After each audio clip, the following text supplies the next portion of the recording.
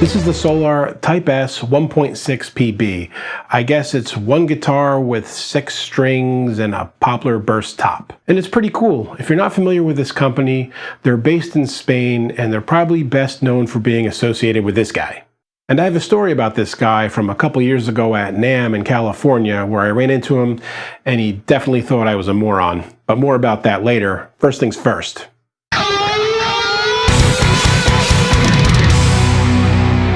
For those of you new to the channel, let me explain that when I do the guitar reviews, I break it up into 3 parts. I talk about the construction of each instrument, the playability of it, as to my taste anyway, and the sound palette that it offers. Let's take a look at the specs of this thing first.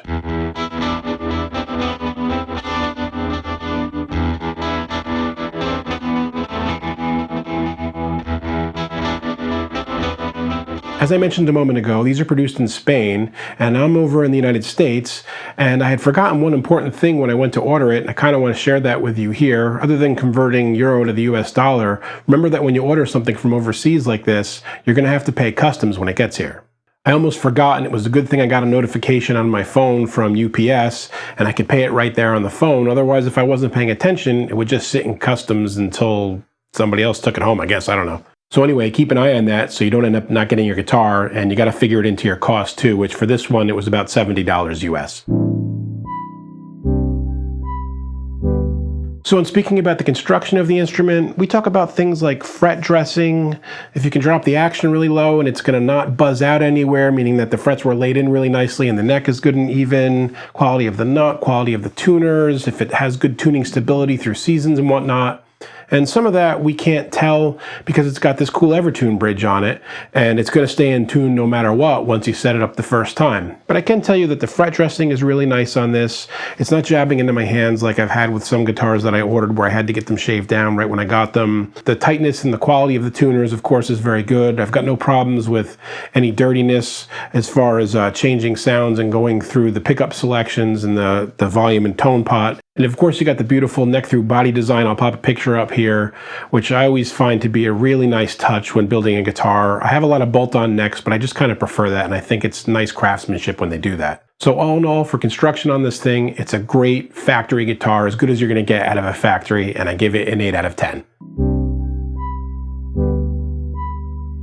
For playability, I think this thing was set up very nicely right out of the box. A lot of times when you get a factory guitar, you kind of want to lower the action on it and it feels like it's resisting you quite a bit. I'm a real shredder guy and I like low action. I like a very buttery kind of setup and I don't like a lot of resistance. I want it to play very easily. Some guys like it a little bit more heavy-handed than that.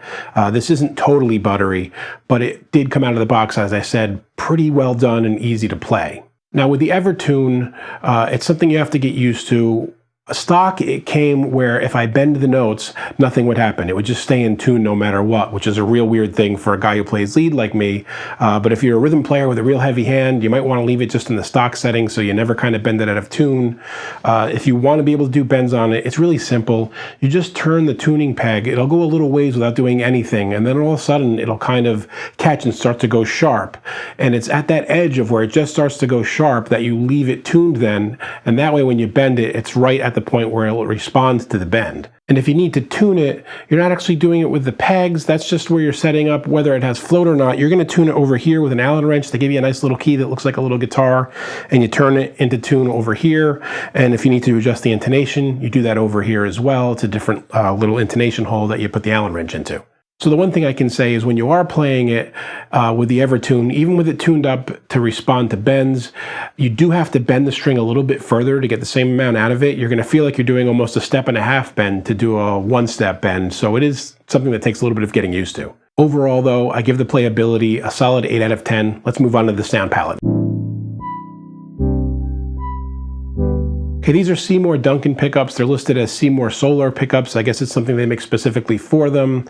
I would say that they're not my favorite sounding pickups that I've had in here, but the range of sounds on the 5-way switch is pretty impressive, and this is where my story about Ola Englund comes in. When I first saw these things, it was at the NAMM show, I think it was 2019 or 2018, and I went up to Ola. I hadn't picked it up yet, and I was just looking at it, and I asked, yeah, does it have a push-pull too? And he looked at me like I had 3 heads and just said, No, dude, it's a 5-way. And in my defense, my first guitar, and one of the only ones I was playing at the time when I went up to him, is this old Paul Reed Smith here, which has a 5-way rotary switch on it and has a sweet switch up and down. So in my experience, there are guitars with 5-way switches or 5-way selections that also have a push-pull, and even my Frankenkiesel, I've got a 5-way in that, and I've got 3 different selectors on it. So Ola, man, I promise you, I'm not a moron. Anyway, let me plug in a kind of classic rock, a little bit past edge of breakup sound so you can hear the clarity of sound between the pickups and get an idea of what the sound palette is like.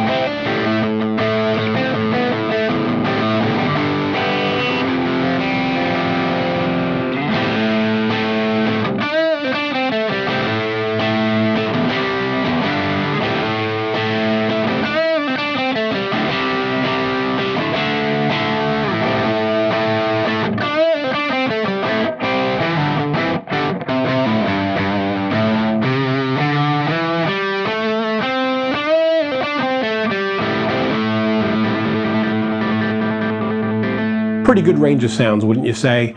But again, not my favorite sounding pickup in general. Not bad, not the best.